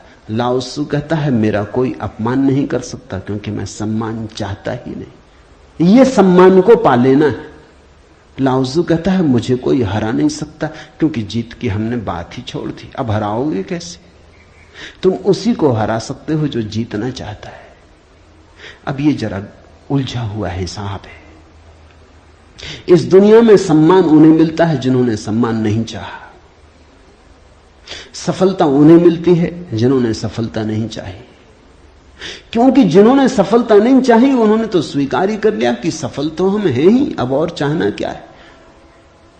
सम्मान तो हमारे भीतर आत्मा का है ही, अब और चाहना क्या है। परमात्मा ने सम्मान दे दिया तुम्हें पैदा करके, अब और किसका सम्मान चाहते हो? परमात्मा ने तुम्हें काफी गौरव दे दिया, जीवन दिया, यह सौभाग्य दिया कि आंख खोलो देखो हरे वृक्षों को, फूलों को, पक्षियों को, कान दिए सुनो संगीत को, जलप्रपात के मरमर को, बोध दिया कि बुद्ध हो सको। अब और क्या चाहते हो? सम्मानित तो तुम हो गए, परमात्मा ने तुम्हें प्रमाण पत्र दिया। तुम भिखारी की तरह किन से प्रमाण पत्र मांग रहे हो? उनसे जो तुमसे प्रमाण पत्र मांग रहे। ये बड़ा मजेदार मामला है। दो भिखारी एक दूसरे के सामने खड़े भीख मांग रहे। ये भीख मिलेगी कैसे? दोनों भिखारी हैं। तुम किससे सम्मान मांग रहे हो? किसके सामने खड़े हो? ये अपमान कर रहे हो तुम अपना, और यही अपमान गहन होता जाएगा। संतोष का अर्थ होता है देखो जो तुम्हारे पास है, देखो जरा आंख खोल के जो तुम्हें मिला ही है। ये अष्टावक्र की बड़ी बहुमूल्य कुंजी है, ये धीरे धीरे तुम्हें साफ होगी। अष्टावक्र की दृष्टि बड़ी क्रांतिकारी है, बड़ी अनूठी, जड़ मूल से क्रांति की है। संतोष और सत्य को अमृत के समान सेवन कर, क्योंकि असत्य के साथ जो जिएगा वो असत्य होता चला जाएगा। जो असत्य को बोलेगा, असत्य को जिएगा, स्वभावतः असत्य से घिरता चला जाएगा। उसके जीवन से संबंध विच्छिन्न हो जाएंगे, जड़ें टूट जाएंगी। परमात्मा में जड़ें चाहते हो तो सत्य के द्वारा ही वे जड़ें हो सकती हैं। प्रामाणिकता और सत्य के द्वारा ही तुम परमात्मा से जुड़ सकते हो। परमात्मा से टूटना है तो असत्य का धुआं पैदा करो, असत्य के बादल अपने पास बनाओ। जितने तुम असत्य होते चले जाओगे उतने परमात्मा से दूर होते चले जाओगे। तू न पृथ्वी है, न जल है, न वायु है, न आकाश है। मुक्ति के लिए आत्मा को, अपने को, इन सब का साक्षी चैतन्य जान। सीधी सीधी बातें, भूमिका भी नहीं। अभी 2 वचन नहीं बोले अष्टावक्र ने कि ध्यान आ गया, कि समाधि की बात आ गई। जानने वाले के पास समाधि के अतिरिक्त और कुछ जताने को है भी नहीं। वो 2 वचन भी बोले, क्योंकि एकदम से अगर समाधि की बात होगी तो शायद तुम चौंक ही जाओगे, समझ ही ना पाओगे। मगर 2 वचन और सीधी समाधि की बात आ गई। अष्टावक्र 7 कदम भी नहीं चलते, बुद्ध तो 7 कदम चले, 8वें कदम पे समाधि। अष्टावक्र तो पहला कदम ही समाधि का उठाते। तू न पृथ्वी है, न जल, न वायु, न आकाश। ऐसी प्रतीति में अपने को थिर कर। मुक्ति के लिए आत्मा को, अपने को, इन सब का साक्षी चैतन्य जान। साक्षी सूत्र है, इससे महत्वपूर्ण सूत्र और कोई भी नहीं। देखने वाले बनो, जो हो रहा है उसे होने दो, उसमें बाधा डालने की जरूरत नहीं।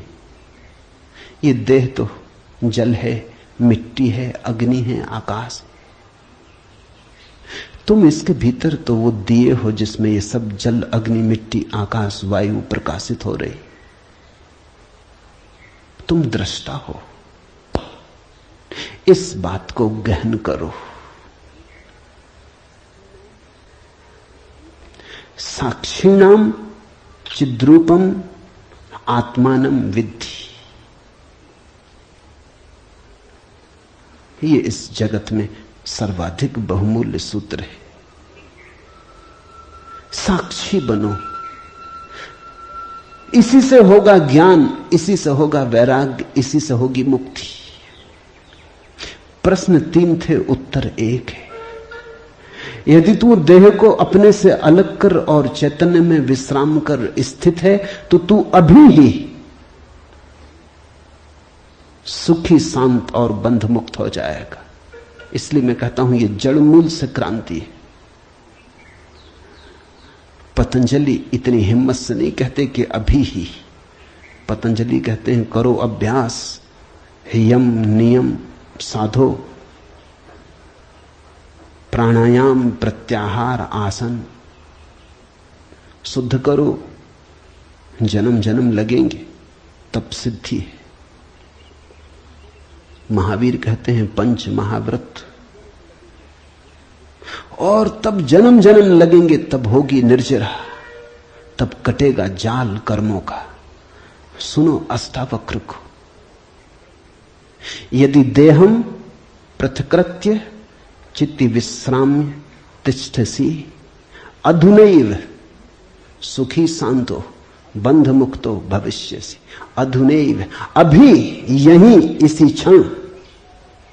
यदि तू देह को अपने से अलग कर और चैतन्य में विश्राम कर स्थित है, अगर तूने एक बात देखनी शुरू कर दी कि ये देह मैं नहीं हूं, मैं करता और भोगता नहीं हूं, ये जो देखने वाला मेरे भीतर छिपा है, जो सब देखता है। बचपन था कभी तो बचपन देखा, फिर जवानी आई तो जवानी देखी, फिर बुढ़ापा आया तो बुढ़ापा देखा। बचपन नहीं रहा तो मैं बचपन तो नहीं हो सकता। आया और गया, मैं तो हूं। जवानी नहीं रही तो मैं जवानी तो नहीं हो सकता। आई और गई, मैं तो हूं। बुढ़ापा आया, जा रहा है, तो मैं बुढ़ापा नहीं हो सकता, क्योंकि जो आता है जाता है वो मैं कैसे हो सकता हूं। मैं तो सदा हूं। जिस पे बचपन आया, जिस पे जवानी आई, जिस पे बुढ़ापा आया, जिस पे 1000 चीजें आई और गईं, मैं वही शाश्वत हूं। स्टेशनों की तरह बदलती रहती बचपन, जवानी, बुढ़ापा, जन्म। यात्री चलता जाता। तुम स्टेशन के साथ अपने को एक तो नहीं समझ लेते। पूना की स्टेशन पर तुम ऐसा तो नहीं समझ लेते कि मैं पूना हूं। फिर पहुंचे मनमाड़ तो ऐसा तो नहीं समझ लेते कि मैं मनमाड़ हूं। तुम जानते हो कि पूना आई गई, मनमाड़ आया गया। तुम तो यात्री हो, तुम तो दृष्टा हो जिसने पूना देखी, पूना आई। जिसने मनमाड़ देखा मनमाड़ आया। तुम तो देखने वाले हो। तो पहली बात, जो हो रहा है उसमें से देखने वाले को अलग कर लो, देह को अपने से अलग कर, और चैतन्य में विश्राम। और करने योग्य कुछ भी नहीं है। जैसे लाओत्सु का सूत्र है समर्पण, वैसे अष्टावक्र का सूत्र है विश्राम, रेस्ट। करने का कुछ भी नहीं है। मेरे पास लोग आते हैं, वो कहते हैं ध्यान कैसे करें। वो प्रश्न ही गलत पूछ रहे हैं। गलत पूछते हैं तो मैं उनको कहता हूं करो। क्या करोगे? तो उनको बता देता हूं कि करो, कुछ ना कुछ तो करना ही पड़ेगा। अभी तुम्हें करने की खुजलाहट है तो उसे तो पूरा करना होगा। खुजली है तो क्या करोगे? बिना खुजाए नहीं बनता। लेकिन धीरे धीरे उनको करवा करवा के थका डालता हूं। फिर वो कहते हैं अब इससे छुटकारा दिलवाओ। अब कब तक ये करते रहे? उनको तो मैं तो पहले ही राजी था, लेकिन तुम्हें समझने में जरा देर लगी। अब विश्राम करो। ध्यान का आत्यंतिक अर्थ विश्राम है। चित्ती विश्राम में तिष्ठसि, जो विश्राम में ठहरा देता अपने चेतना को, जो होने मात्र में ठहर जाता, कुछ करने को नहीं। क्योंकि जिसे तुम खोज रहे हो वो मिला ही हुआ है। क्योंकि जिसे तुम खोज रहे हो उसे कभी खोया ही नहीं। उसे खोया नहीं जा सकता, वही तुम्हारा स्वभाव है। अयम आत्मा ब्रह्म, तुम ब्रह्म हो, अनल हक, तुम सत्य हो। कहां खोजते हो? कहां भागे चले जाते हो? अपने को ही खोजने कहां भागे चले जाते हो? रुको, ठहरो। परमात्मा दौड़ने से नहीं मिलता, क्योंकि परमात्मा दौड़ने वाले में छिपा है। परमात्मा कुछ करने से नहीं मिलता, क्योंकि परमात्मा करने वाले में छिपा है। परमात्मा के होने के लिए कुछ करने की जरूरत ही नहीं, तुम हो ही। इसलिए अष्टावक्र कहते हैं चित्ती विश्राम में विश्राम करो, ढीले छोड़ो अपने को, ये तनाव छोड़ो। कहां जाते? कहीं जाने को नहीं, कहीं पहुंचने को नहीं। और चैतन्य में विश्राम, तो तू अभी ही इसी क्षण अधुनैव सुखी शांत और बंध मुक्त हो जाएगा। अनूठा है वचन, नहीं कोई और शास्त्र इसका मुकाबला करता है।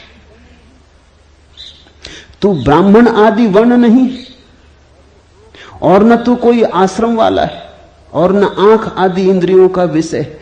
असंग और निराकार तू सबका विश्व का साक्षी है, ऐसा जानकर सुखी हो। अब ब्राह्मण कैसे टीका लिखे? तू ब्राह्मण आदि वर्ण नहीं। अब हिंदू इस शास्त्र को कैसे सिर पे उठाएं? क्योंकि उनका तो सारा धर्म वर्ण और आश्रम पे खड़ा है। और ये तो पहले से ही अष्टावक्र जड़ काटने लगे। वो कहते हैं तू कोई ब्राह्मण नहीं है, न कोई शूद्र है, न कोई क्षत्रिय है। ये सब बकवास है, ये सब ऊपर के आरोपण है, ये सब राजनीति और समाज का खेल है। तू तो सिर्फ ब्रह्म है, ब्राह्मण नहीं, क्षत्रिय नहीं, शूद्र नहीं। तू ब्राह्मण आदि वर्ण नहीं, और न तू कोई आश्रम वाला है, और न तो यह है कि तू ब्रह्मचर्य आश्रम में है कि गृहस्थाश्रम में है कि वानप्रस्थ की संन्यास। कोई आश्रम वाला नहीं है। तू तो इन सारी स्थानों के भीतर से गुजरने वाला दृष्टा साक्षी। अष्टावक्र की गीता हिंदू दावा नहीं कर सकते हमारी। अष्टावक्र की गीता सबकी है। अगर अष्टावक्र के समय में मुसलमान होते, हिंदू होते, ईसाई होते, तो उन्होंने कहा होता न तू हिंदू है, न तू ईसाई है, न तू मुसलमान है। अब ऐसे अष्टावक्र को कौन मंदिर बनाए? इसके लिए कौन इसके शास्त्र को सिर पे उठाए? कौन दावेदार बने? क्योंकि ये सभी का निषेध कर रहे हैं। मगर ये सत्य की सीधी घोषणा है, असंग और निराकार तू सबका विश्व का साक्षी है, ऐसा जानकर सुखी हो। अष्टावक्र ये नहीं कहता कि ऐसा तुम जानोगे तो फिर सुखी होगे। वचन को ठीक से सुनना। अष्टावक्र कहते हैं ऐसा जानकर सुखी हो। न त्वम विप्रादिको वर्णो नाश्रमी नाक्ष गोचरा असंगो असि निराकारो विश्व साक्षी सुखी भव। सुखी भव, अभी हो सुखी। जनक पूछते हैं कैसे सुख होगा, कैसे बंधन मुक्ति होगी, कैसे ज्ञान होगा। अष्टावक्र कहता है अभी हो सकता, क्षण मात्र की भी देर करने की कोई जरूरत नहीं है। इसे कल पर छोड़ने का कोई कारण नहीं, स्थगित करने की कोई जरूरत नहीं। ये घटना भविष्य में नहीं घटती, या तो घटती है अभी या कभी नहीं घटती। जब घटती है तब अभी घटती है, क्योंकि अभी के अतिरिक्त कोई समय ही नहीं है। भविष्य कहां है? जब आता है तब अभी की तरह आता है।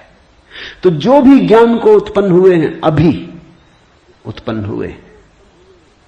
कभी पर मत छोड़ना, वो मन की चालाकी है।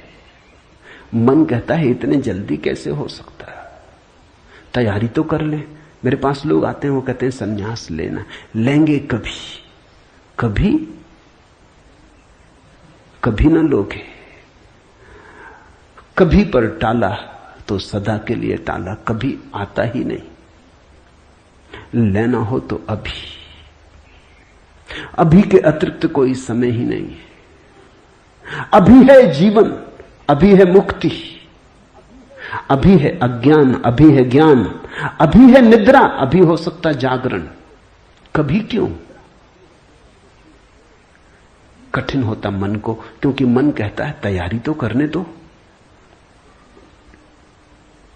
मन कहता है कोई भी काम तैयारी के बिना कैसे घटता। आदमी को विश्वविद्यालय से प्रमाण पत्र लेना है तो वर्षों लगते, डॉक्टरेट करनी है तो 20-25 साल लग जाते। मेहनत करते करते फिर आदमी आके डॉक्टर हो पाता। अभी कैसे हो सकते? अष्टावक्र भी जानते, दुकान करनी हो तो अभी थोड़ी खुल जाएगी। इकट्ठा करना पड़े, आयोजन करना पड़े, सामान लाना पड़े, दुकान बनानी पड़े, ग्राहक खोजने पड़े, विज्ञापन भेजना पड़े, वर्षों लगते हैं। इस जगत में कोई भी चीज अभी तो घटती नहीं, क्रम से घटती है। ठीक है, अष्टावक्र भी जानते हैं, मैं भी जानता हूं। लेकिन एक घटना यहां ऐसी है जो अभी घटती है, वो परमात्मा है। वो तुम्हारी दुकान नहीं, न तुम्हारा परीक्षालय, न तुम्हारा विश्वविद्यालय। परमात्मा क्रम से नहीं घटता। परमात्मा घट ही चुका है। आंख भर खोलने की बात है, सूरज निकल ही चुका है। सूरज तुम्हारे आंख के लिए नहीं रुका है कि तुम जब आंख खोलोगे तब निकलेगा। सूरज निकल ही चुका है, प्रकाश सब तरफ भरा ही है। अहिर्निश गूंज रहा उसका नाद, ओंकार की ध्वनि सब तरफ गूंज रही है। सतत अनाहत चारों तरफ गूंज रहा है। खोलो कान, खोलो आंख। आंख खोलने में कितना समय लगता है, उतना समय भी परमात्मा को पाने में नहीं लगता। पल तो लगता पलक के झपने में। पल का अर्थ ही होता है जितना समय पलक को झपने में लगता उतना पल। मगर परमात्मा को पाने में पल भी नहीं लगता।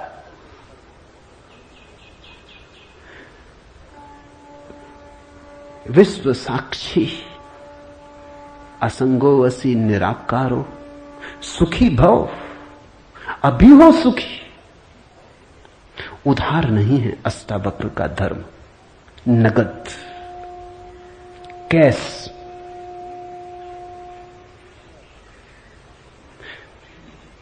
हे व्यापक, धर्म और अधर्म, सुख और दुख मन के। धर्म और अधर्म, सुख और दुख मन के, तेरे लिए नहीं। तू न करता है न भोगता है, तू तो सर्वदा मुक्ति ही है। मुक्ति हमारा स्वभाव है, ज्ञान हमारा स्वभाव है, परमात्मा हमारा होने का ढंग है, हमारा केंद्र है, हमारे जीवन की श्वास है, हमारा होना है। धर्मो अधर्मो सुखम दुखम मान सानी नते विभो। अष्टावक्र कहते हैं, हे व्यापक, हे विभावान, हे विभूति संपन्न, धर्म और अधर्म, सुख और दुख मन के, ये सब मन की ही तरंगे। बुरा किया, अच्छा किया, पाप किया, पुण्य किया, मंदिर बनाया, दान दिया, सब मन के। न कर्तासी न भोक्तासी, मुक्त एवासी सर्वदा। तू तो सदा मुक्त है, तू तो सर्वदा मुक्त है। मुक्ति कोई घटना नहीं है जो हमें घटानी, मुक्ति घट चुकी है हमारे होने में। मुक्ति से बना है ये अस्तित्व, इसका रोआ रोआ रंच रंच मुक्ति से निर्मित है। मुक्ति है धातु जिससे बना है सारा अस्तित्व। स्वतंत्रता स्वभाव है, ये उद्घोषणा। बस समझी कि क्रांति घट जाती है, समझने के अतिरिक्त तो कुछ करना नहीं। ये बात ख्याल में उतर जाए,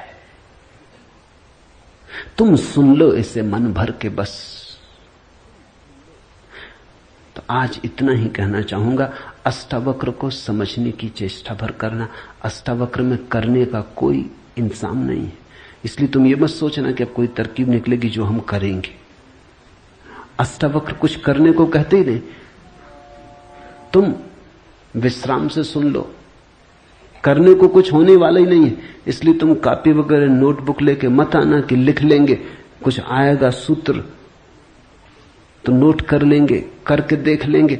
करने का यहां कुछ काम ही नहीं है, इसलिए तुम भविष्य की फिक्र छोड़ के सुनना।